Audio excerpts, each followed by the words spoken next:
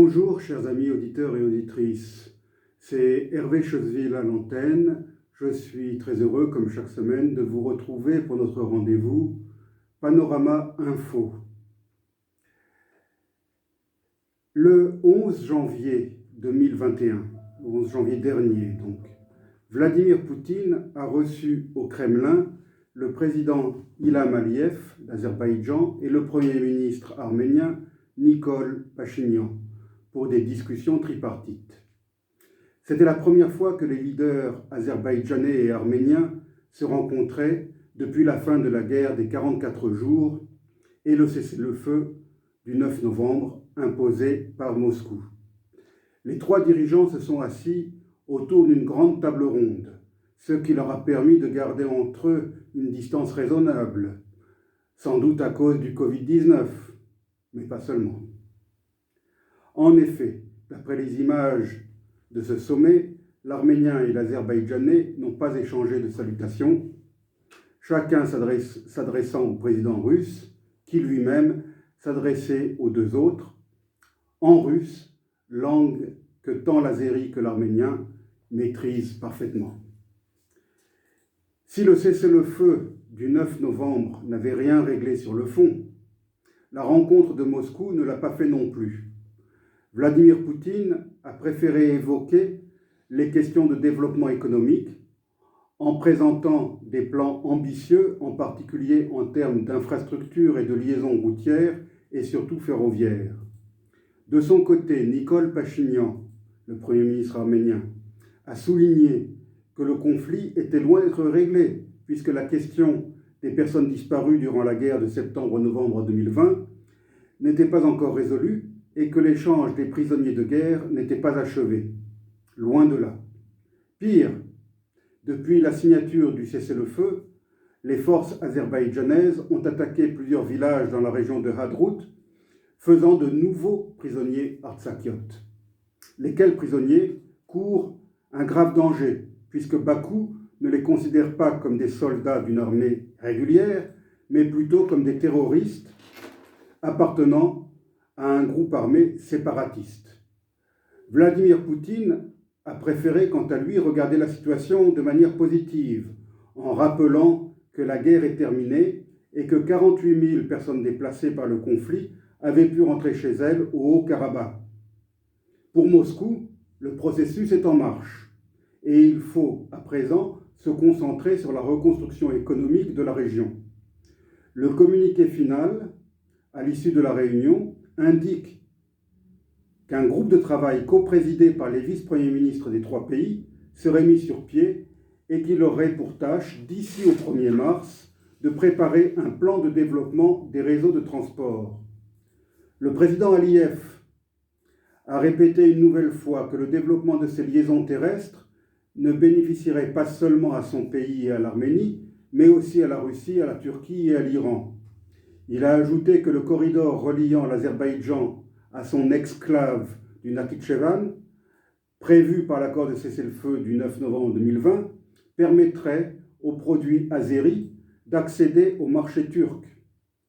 Selon lui, la voie ferrée qui est envisagée connecterait désormais les réseaux ferroviaires turcs et russes, et l'Arménie gagnerait ainsi une liaison ferroviaire avec la Russie et l'Iran via l'Azerbaïdjan.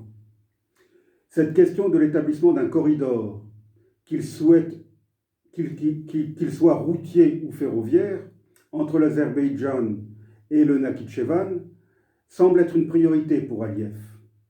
Depuis le premier conflit du Haut-Karabakh, au début des années 90, les Azéris sont contraints de passer par l'Iran pour aller d'une partie à l'autre de leur territoire et par la Géorgie pour se rendre en Turquie. Quant à l'Arménie, depuis ce premier conflit, elle est très dépendante de l'unique poste frontière avec la Géorgie. Le pire pour elle, c'est que l'unique poste frontière encore ouvert entre la Géorgie et la Russie, à Verkhny-Lars, est souvent bloqué, surtout l'hiver, à cause de la neige, de la pluie et de fréquents glissements de terrain. Ce sont 80% des exportations et des importations de l'Arménie qui transitent pourtant par ce poste frontière de montagne. Je rappelle que l'Arménie n'a aucun débouché sur la mer. Quant à la Russie, La nouvelle liaison via l'Azerbaïdjan lui permettrait de faire passer de l'équipement militaire vers ses bases d'Arménie, au nombre de 2, ce que la Géorgie ne lui permet pas. Le président Aliyev a déjà donné des instructions pour que la portion du vieux chemin de fer passant en territoire azéri soit réhabilitée. Mais la question d'un corridor passant à travers le massif de Zengezur est très délicate pour le Premier ministre Pachinian.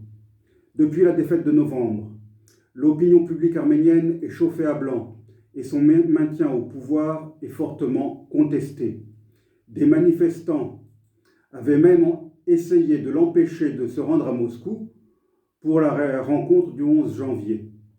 L'opinion arménienne et la population du sud du pays semblent très hostiles à l'ouverture d'un corridor reliant l'Azerbaïdjan à son exclave du Nakhitchevan. Certains mauvais esprits en Arménie voient dans ce corridor un plan azéri visant à annexer une portion de territoire arménien avec la complicité, bien sûr, du Premier ministre arménien. Cette interprétation quelque peu complotiste expliquerait d'ailleurs pourquoi Pachinian aurait reçu un très mauvais accueil de la part de la population lorsqu'il a tenté de se rendre dans la province méridionale de Syunik, il y a environ un mois. Mais l'essentiel à retenir de ce sommet de Moscou ne réside sans doute pas dans les hypothétiques projets de développement des infrastructures caucasiennes. De toute façon, de tels projets nécessiteraient au préalable un accord de paix définitif entre les voisins arméniens et azerbaïdjanais. Or, un tel accord ne pourrait intervenir qu'après le règlement de la question des prisonniers de guerre et, surtout, de la question du statut définitif de l'Artsakh. Si, avec un peu de bonne volonté de part et d'autre, la première question pourrait être réglée en quelques jours, c'est loin d'être le cas pour ce qui est du statut du Haut-Karabakh que Bakou continue à considérer comme faisant partie intégrante de son territoire national. Aliyev a réaffirmé à maintes reprises que le statut définitif du Haut-Karabakh était une affaire intérieure qui serait réglée par son gouvernement et par lui seul. Politiquement, le Premier ministre Pachinian ne pourra jamais prétendre se désintéresser du sort de ses frères arméniens de l'Artsakh. S'il faisait un tel sacrifice pour arriver à la conclusion d'un accord de paix avec l'Azerbaïdjan, ce serait la fin de sa carrière politique et l'arrivée au pouvoir à Erevan de dirigeants nationalistes hostiles à toute perspective de transaction avec l'ennemi azéri. Il est donc permis de douter de la réalisation prochaine du grand plan moscovite. Non, la leçon essentielle à tirer du sommet de Moscou, c'est le grand retour de la Russie dans le Caucase, aux dépens des Occidentaux bien sûr, mais surtout, et c'est là le grand paradoxe, de la Turquie. En effet, Erdogan était le grand absent de la réunion du 11 janvier. Le nom même de son pays ne figurait pas dans le communiqué final, même si Vladimir Poutine a eu la courtoisie de téléphoner à son homologue turc une fois le sommet achevé pour le tenir au courant de ses discussions avec ses invités arméniens et azerbaïdjanais. À l'automne dernier, Vladimir Poutine a attendu que l'Arménie soit aux abois pour intervenir, afin de rappeler aux dirigeants de ce pays à qui ils devaient prêter allégeance. Alors que Chouchi, capitale historique de l'Artsakh, était prise par l'armée azérie après une résistance héroïque des combattants artsakiotes et arméniens, Moscou est intervenu pour imposer un cessez-le-feu juste avant que l'irréparable ne soit accompli, c'est-à-dire que la totalité du territoire du Haut-Karabakh ne tombe aux mains des militaires azerbaïdjanais et de leurs mercenaires djihadistes.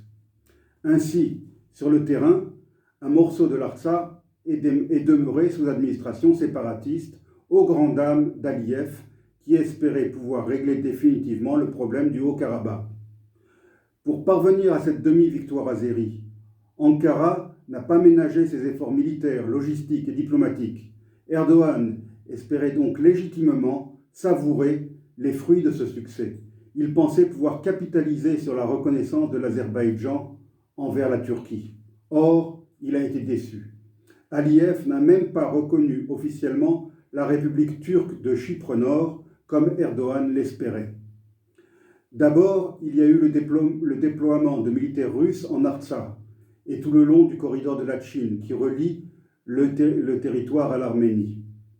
La présence militaire russe, sous prétexte de maintien de la paix, a figé sur le terrain les positions des uns et des autres.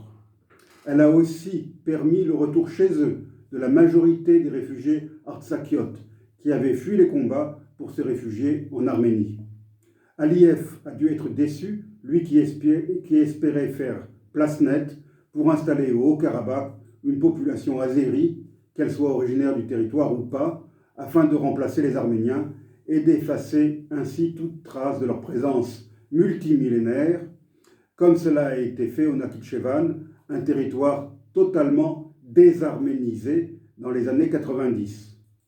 La présence militaire russe, véritable protectorat, est là pour durer, puisque l'accord du 9 novembre prévoit que les soldats russes resteraient au moins 5 ans. Toujours selon cet accord, un centre de surveillance du cessez-le-feu composé d'observateurs militaires russes et turcs devait être créé à Chouchi. Cela n'a pas encore été fait, et il n'en a pas été fait mention dans le communiqué commun publié à l'issue du sommet tripartite du 11 janvier. Durant la guerre de 44 jours, des forces spéciales turques ont participé au combat, aux côtés des soldats azéris et des djihadistes amenés de Syrie et de Libye par la Turquie. Une telle présence militaire turque ne pouvait qu'indisposer Vladimir Poutine, d'où l'urgence qu'a soudain revêtue à ses yeux l'imposition du cessez-le-feu suivi d'un déploiement militaire russe, car cela lui aura permis d'éliminer la possibilité d'une présence plus importante de l'armée turque. Comme l'a démontré le communiqué final de la réunion de Moscou, Ankara est totalement absent du processus post-conflit. Erevan rejetait bien sûr tout rôle de la Turquie dans ce processus, et Moscou, sans le dire officiellement, le rejetait tout autant. Dans le Caucase, Moscou est en train de reconstruire son hégémonie, et cela laisse très peu de place aux ambitions turques. Poutine a même réussi à faire coup double, puisqu'il est parvenu à exclure la Turquie du processus post-conflit, à la grande satisfaction de l'Arménie, tout en écartant la possibilité d'un rôle des États-Unis et de la France au sein du groupe de Minsk, ce qui n'a pas manqué de plaire à l'Azerbaïdjan. Paradoxalement, les efforts d'Erdogan pour augmenter l'influence de son pays dans le Caucase n'ont eu pour résultat concret que de permettre à la Russie d'y effectuer son grand retour et d'y rétablir sa présence politique et militaire. Le déploiement de 2000 soldats russes au Haut-Karabakh pourrait être un premier pas vers l'établissement d'une base militaire permanente dans ce territoire, en plus des 2 autres bases dont la Russie dispose déjà en Arménie. Bakou n'a pas réussi à rétablir son autorité sur le Haut-Karabakh et la présence militaire russe indique que le statu quo va perdurer avec le maintien d'une administration artsakiote dans ce qui reste du territoire. Les déplacés azéris de la première guerre du Haut-Karabakh, dont les autorités de Bakou ont beaucoup exagéré le nombre, n'ont pas encore commencé à rentrer au Haut-Karabakh et la route reliant Akdere à Kalbadjar est toujours fermée. Il existe un autre pays qui voit d'un très mauvais œil les ambitions turques dans le Caucase, c'est l'Iran. L'ouverture éventuelle d'un corridor terrestre reliant le Nakhitchevan au reste de l'Azerbaïdjan priverait ce pays d'importants revenus, puisque l'essentiel des échanges entre les 2 parties du territoire azéri se font depuis la fin de l'Union soviétique via l'Iran. La construction éventuelle d'une voie ferrée dans ce corridor marquerait l'explosion économique de l'Iran au profit de la Turquie, qui serait ainsi reliée à Bakou, à la mer Caspienne et donc à l'Asie centrale via le Nakhitchevan, l'Arménie et l'Azerbaïdjan. L'autre sujet d'inquiétude à Téhéran est le fait que la frontière entre l'Iran et l'Azerbaïdjan est désormais beaucoup plus longue depuis l'avancée victorieuse de l'armée azérie et la rétrocession de territoires après le cessez-le-feu du 9 novembre 2020. Or, l'Azerbaïdjan est un allié d'Israël, comme l'a encore montré le soutien logistique et technologique apporté à Bakou par l'État hébreu. Soutien qui a été déterminant dans la victoire azérie. Si les ayatollahs de Téhéran répètent inlassablement leurs promesses d'éradiquer l'entité sioniste et de libérer Jérusalem, le gouvernement de Benjamin Netanyahou ne cache pas non plus que le régime des mollahs est son principal souci. En particulier, les autorités israéliennes s'opposent au développement d'une arme atomique et de missiles à longue portée iraniens qui constitueraient une menace directe pour la sécurité et la survie même d'Israël. Un plan de frappe israélienne contre l'Iran est prêt depuis longtemps à Jérusalem. Seuls les États-Unis ont dissuadé Netanyahou jusqu'à présent de mettre ce plan à exécution. Les autorités iraniennes sont persuadées que le côté azéri de leur frontière avec l'Azerbaïdjan fourmille d'agents et d'espions israéliens qui y auraient installé du matériel d'écoute et de surveillance. Plusieurs scientifiques impliqués dans le développement du programme nucléaire iranien ont été assassinés en Iran par de mystérieux terroristes. Ces opérations d'élimination physique n'auraient-elles pas été préparées en Israël et menées à bien depuis des bases logistiques situées en Azerbaïdjan ? Plus grave, en cas de frappe israélienne contre les sites nucléaires iraniens, le territoire azerbaïdjanais ne pourrait-il pas servir de base arrière ou de base de repli pour des appareils venus d'Israël ? Or, si l'Azerbaïdjan est peuplé majoritairement d'Azéris, comme l'indique le nom de ce pays, il y a davantage d'Azéris en Iran, puisqu'entre 13 et 15% de la population totale du pays est azéri. Les Azéris iraniens sont majoritaires dans la région nord-ouest du pays, qui jouxte l'Azerbaïdjan et l'Arménie. Cette région est traditionnellement frondeuse.